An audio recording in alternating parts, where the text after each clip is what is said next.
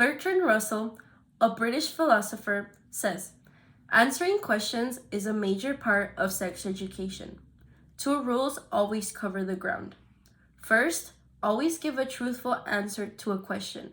Secondly, regard sex knowledge as exactly like any other knowledge." Good afternoon, my name is Michelle, and in this speech, I am here to persuade you on why it is important to implement sex education in school curriculum.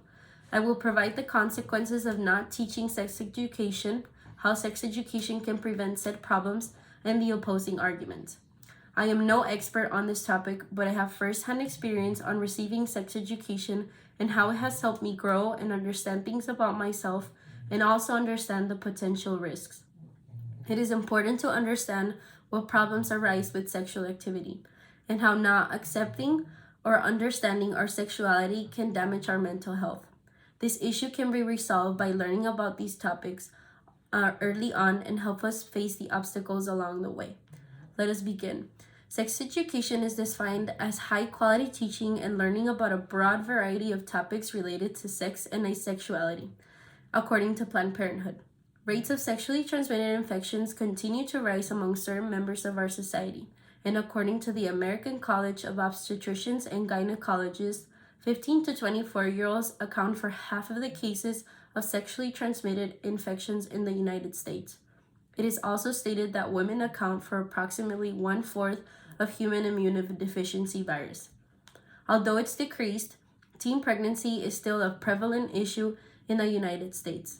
According to PubMed, teens in the United States are far more likely to give birth than any industrialized country in the world.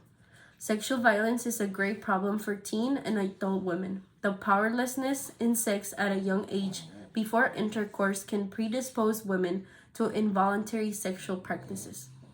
I will now discuss some solutions to these problems.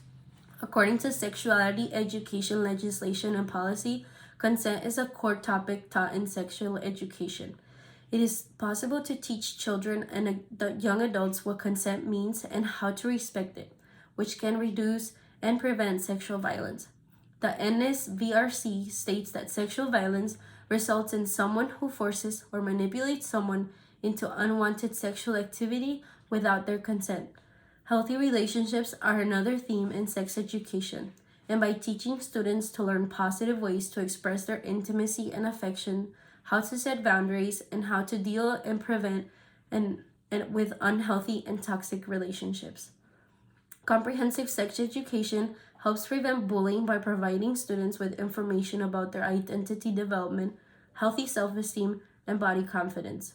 Finally, sex education can help address youth risk factors for depression and suicide by providing information on the topic discussed. Sex education can help reduce teen pregnancies as well, and sexually transmitted diseases and infections. In 2009, it was recognized that evidence-based sex education programs were effective in promoting sexual health among teenagers. According to Planned Parenthood, sex education programs encourage students to postpone sex until they are older and promote safer sex practices among those who choose to be sexually active, increasing use of contraceptions among sexually active youth. These programs show no evidence in increasing levels of sexual activity among adolescents. The number of STIs is increasing in the United States, especially among the younger population. According to Leah Keller from the Guttmacher Institute, in 2018, combined cases of syphilis, gonorrhea, and chlamydia reached an all-time high after rising for the 5th year in a row. Finally, I would like to present the opposing side and discuss some of their arguments. Some people, particularly parents and religious groups, take issue with comprehensive sex education because they believe it goes against their cultural or religious values, and they corrupt their kids. Some opponents also argue that the parents should choose when and how their kids receive sexual education.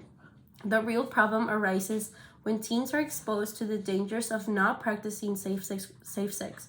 Regardless of religion and political beliefs, sex education can be deemed beneficial for younger individuals to prevent unwanted results.